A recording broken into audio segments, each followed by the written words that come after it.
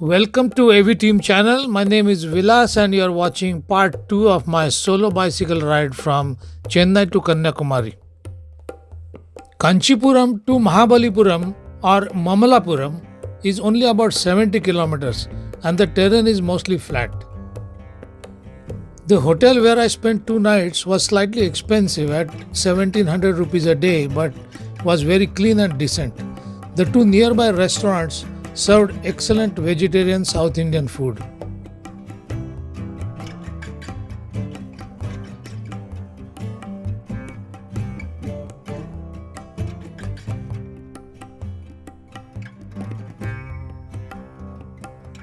This route is a mixed bag. Sometimes it passes through very small villages with narrow streets and some crazy traffic. One has to be particularly careful with Tamil Nadu road buses. They can come really close to where you are cycling.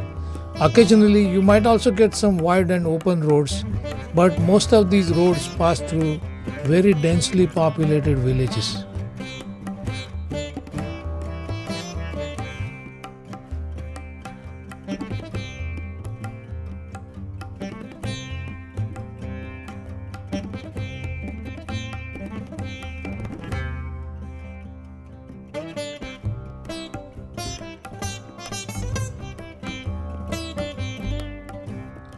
After a few inquiries and checking directions on Google Maps, I reached Thangi, a small village which is only about 12-13 kilometers from Kanchipuram. On the side of the road, there is a mandapam called Vazikopar Mandapam, which belongs to the 18th century AD. There are pillars in the mandapam which have the sculpture of Lord Vishnu's incarnations and various forms of Lord Shiva.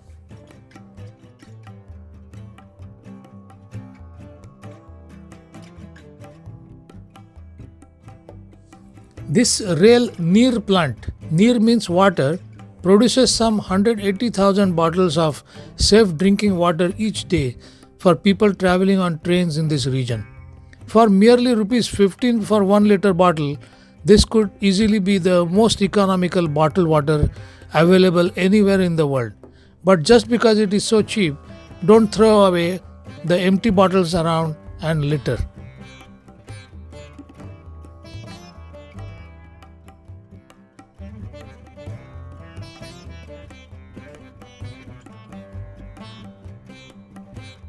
I try and communicate with locals wherever I travel. On the way to Mahabalipuram, I bumped into young energetic kids interested in my solo journey and some elderly, humble, and wise people. In fact, a scientist in nuclear physics.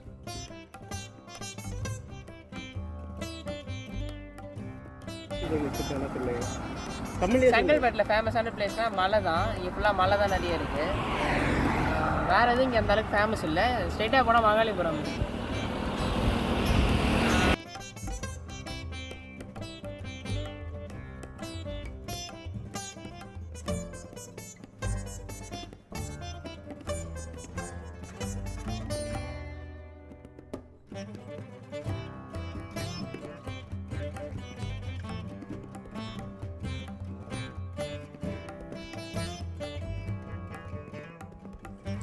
My original plan was to take the ECR or the East Coast Road, but on the very first day of my journey, I had decided to take a detour and visit Kanchipuram, taking the National Highway 48.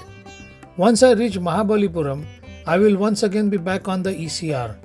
Passing through Thangai, Palur, and Chengalpattu, I was only about 15 odd kilometers from Mahabalipuram or Mamalapuram as it is called.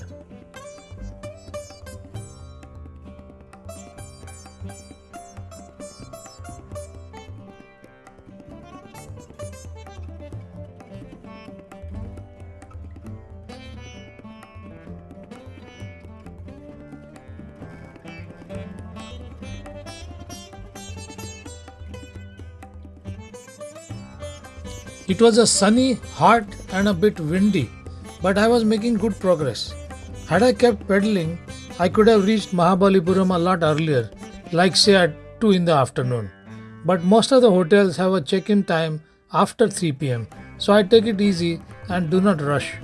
There is so much to explore in Mahabalipuram that I had to stay at least one entire day anyways.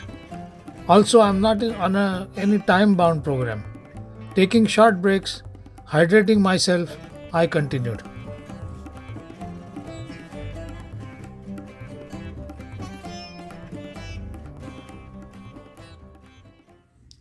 Every block of stone has a statue inside it, and it is the task of the sculptor to discover it, said Michelangelo.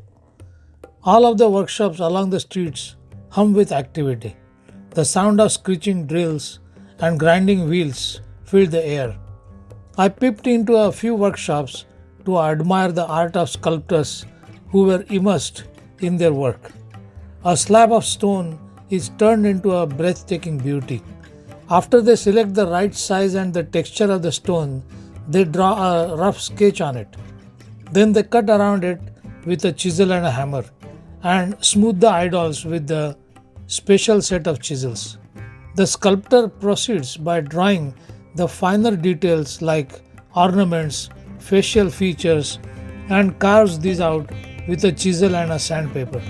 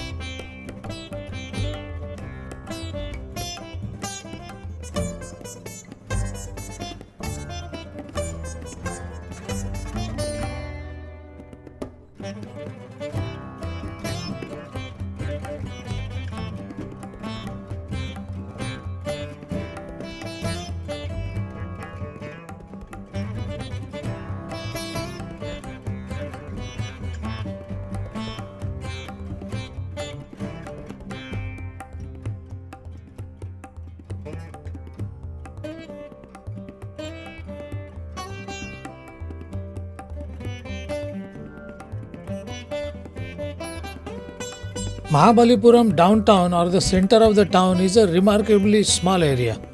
In spite of a lot of tourists, particularly international tourists, there are not too many hotels. I saw one hotel where they were not allowing bicycles in the room.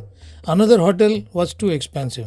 Finally got a budget hotel, not very clean or comfortable, but I had to spend only one night. So just checked in, showered, went out for a quick bite and called it a day.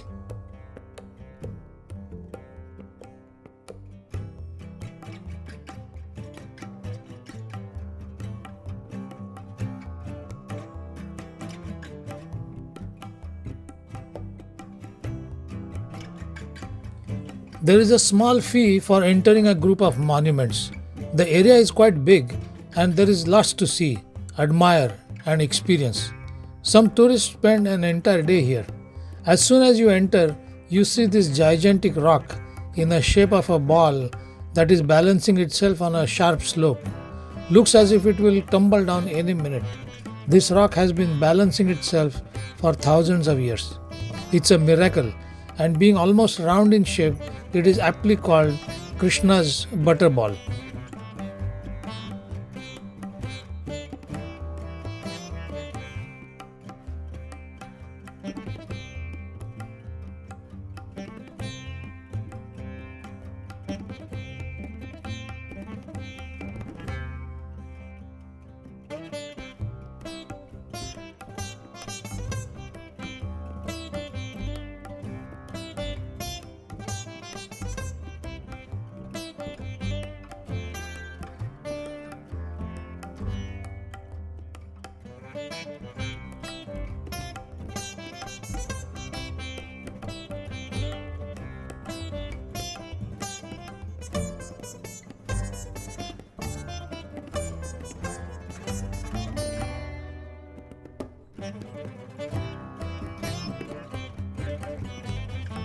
I wasn't wearing my hiking shoes but just could not resist this bit of rock climbing, balancing myself and the selfie stick with a camera mounted on it. I wouldn't advise anyone to do it, but it was just a spur of a moment that I could not resist doing it.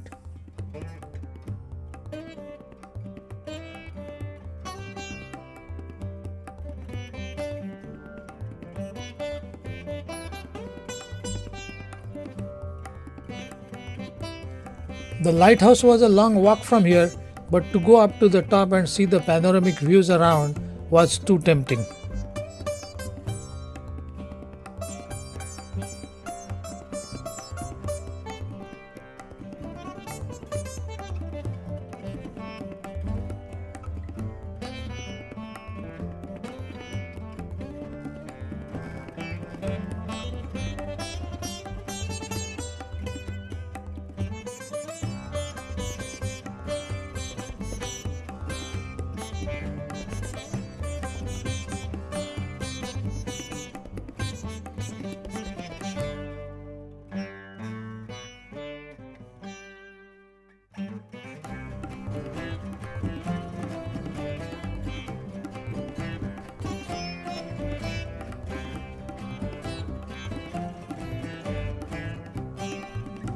The Arjuna's penance is an enormous rock cut relief, one of the largest in the whole world. It is also known by the name Descent of the Ganga, and one can see significant and symbolic events of Hindu mythology, thus making this attraction a favorite among historians, scholars, academics, as well as the tourists who are enthusiastic about the cultural past of India. People gather here throughout the year to experience the unimaginable efficiency of the craftsmen of that era that made such a creation possible only with basic tools like hammers and chisels. The carvings on the stone relief have been depicted over the years in different possible interpretations.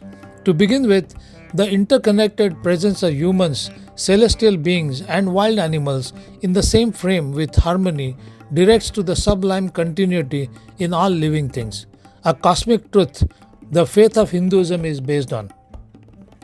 Some historians and scholars say that the sage shown standing on one leg is Arjun, the middle brother of the Pandavas and one of the leading protagonists of the Hindu epic Mahabharata. In one of the chapters of the saga, the great archer warrior is seen to be practicing severe penance for the blessings of Lord Shiva, standing on one leg at the top of Mount Indrakila in the Himalayas. At the end of his severe tapasya, Lord Shiva was content with his devotion and rewarded Arjun with Pashupatastra, which was the most potent weapon in the narrative of Mahabharata.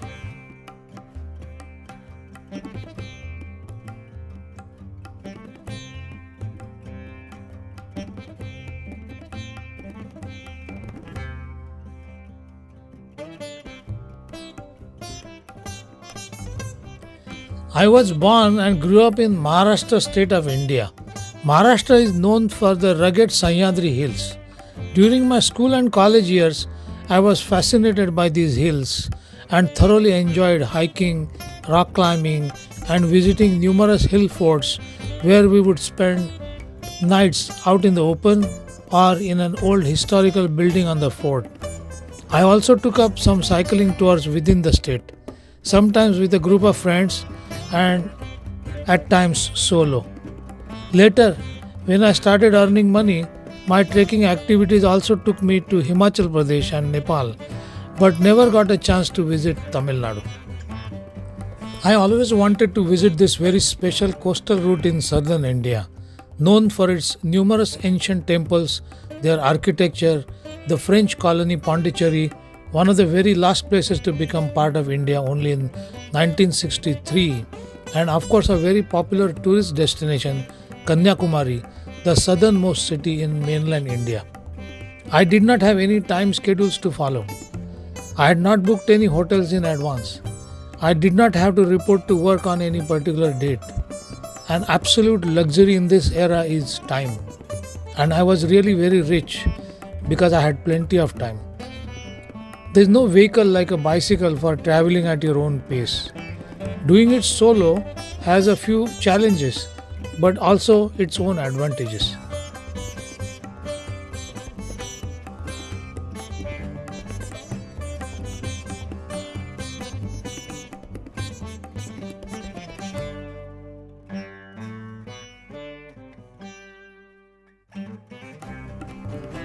My first day in Mahabalipuram was almost over, and there was still a lot more to see and experience.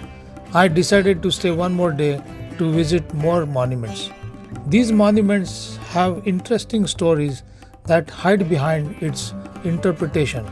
It is a crowd favorite in Mahabalipuram and represent one of those attraction sites in South India where culture meets history to create a great opportunity for explorers.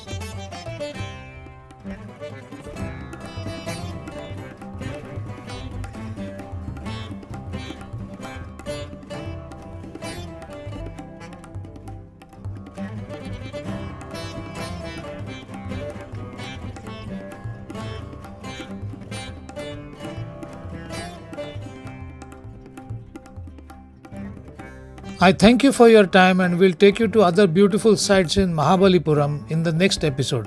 Thank you for watching.